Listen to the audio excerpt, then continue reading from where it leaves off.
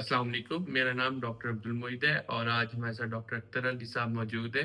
तो सर आज एक पेशेंट के क्वेश्चन का आंसर देंगे। अस्सलाम वालेकुम सर। वालेकुम सलाम। अच्छा सर, एक पेशेंट आया था हमारे पास, हम्म, उसने पूछा था कि वो बाहर रहता है, बाहर काम कर हम्म, रहा है। तो वो जब बाहर जाता है तो आई गेस गल्फ में है। हम्म, तो वो बाहर जाता है तो उसको एलर्जी का प्रॉब्लम, ये नाक का छींके आना, आंखों से पानी आना स्टार्ट हो जाता है, और जब वो पाकिस्तान आता है तो उसकी शिद्दत बहुत कम हो जाती है या बिल्कुल खत्म हो जाती है। सर काइंडली इस बारे में हम्म। गाइड करें। अच्छा, इसमें याद रखें कि हमारे ना जितने भी एलर्जी का बार बार बात ही कर, तो एलर्जी होती क्या चीज है? ये अंदर की बीमारी नहीं होती। मतलब इसका कोई ना कोई बाहर से फैक्टर होता है। अब इसमें आपने सुना होगा पुरानी एग्जांपल, जब वो कहते हैं जी बात, पुराने बादशाह होते थे, वो क्या करते थे जब बीमार होते थे तो अपना इलाका चेंज कर लेते थे। सुना होगा, मतलब लोगों ने सुना होगा। वो उसमें ये बेसिकली एलर्जीज के फैक्टर थे। वहां का पानी, वहां का एनवायरनमेंट वो सूट नहीं करता, जब वो चेंज करते तो वाकई ठीक हो जाते। तो इसमें भी ये फैक्टर डेफिनेटली है, ये कि हमारे जितने ये एलर्जीज के लोग हैं, अगर उनका हम ट्रिगर फैक्टर आइडेंटिफाई कर लें, या अगर एनवायरनमेंट वजह वो हम चेंज करते हैं, उनको इलाज की जरूरत नहीं।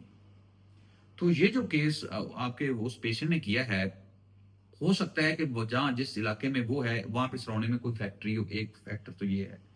दूसरा फैक्टर ये है कि खाने पीने का उसमें चीजें गड़बड़ करती हैं, कोई इस तरह की चीजें खा रहे हैं जो उसको एलर्जी कर रही हैं, और पाकिस्तान में आते तो ना करती।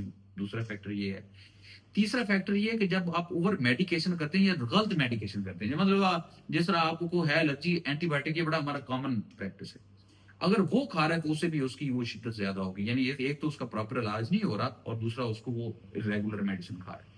तो ये दो तीन वजह है। मतलब उसमें अगर ब्रीफली करें तो नंबर वन तो वो, अगर वहां भी वो चेंज कर रहे हैं अपनी लोकेशन, हो सकता है वो ठीक हो जाए, तो एक ही ना जरूरत हो।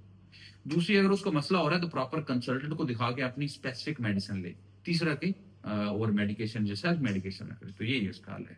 कोई और क्वेश्चन? आपको कोई और क्वेश्चन इसमें से निकलो? अच्छा सर, इसमें मेरा क्वेश्चन है कि वैक्सीन अगर वो इसकी लगवा ले तो उससे क्या उसको बेनिफिट होगा? हाँ, अब ये बड़ा अच्छा डॉक्टर मई साहब ने क्वेश्चन किया है कि हाँ, अगर तो फॉर एग्जांपल वो इस जगह पे उसकी पे अच्छी है, लेट से अच्छा रोजगार है, वो छोड़ भी नहीं सकता, तो उसके लिए फिर वैक्सीन बेहतरीन हाल है।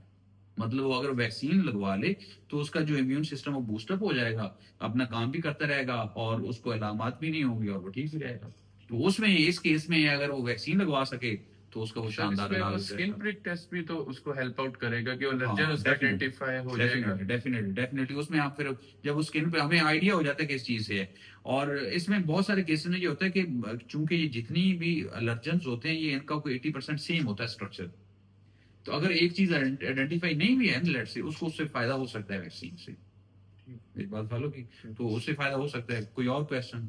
चलिए, थैंक यू। कोई आपका और क्वेश्चन है नीचे कमेंट्स में लिखे, मैं इंशाल्लाह आपको रिप्लाई करूंगा।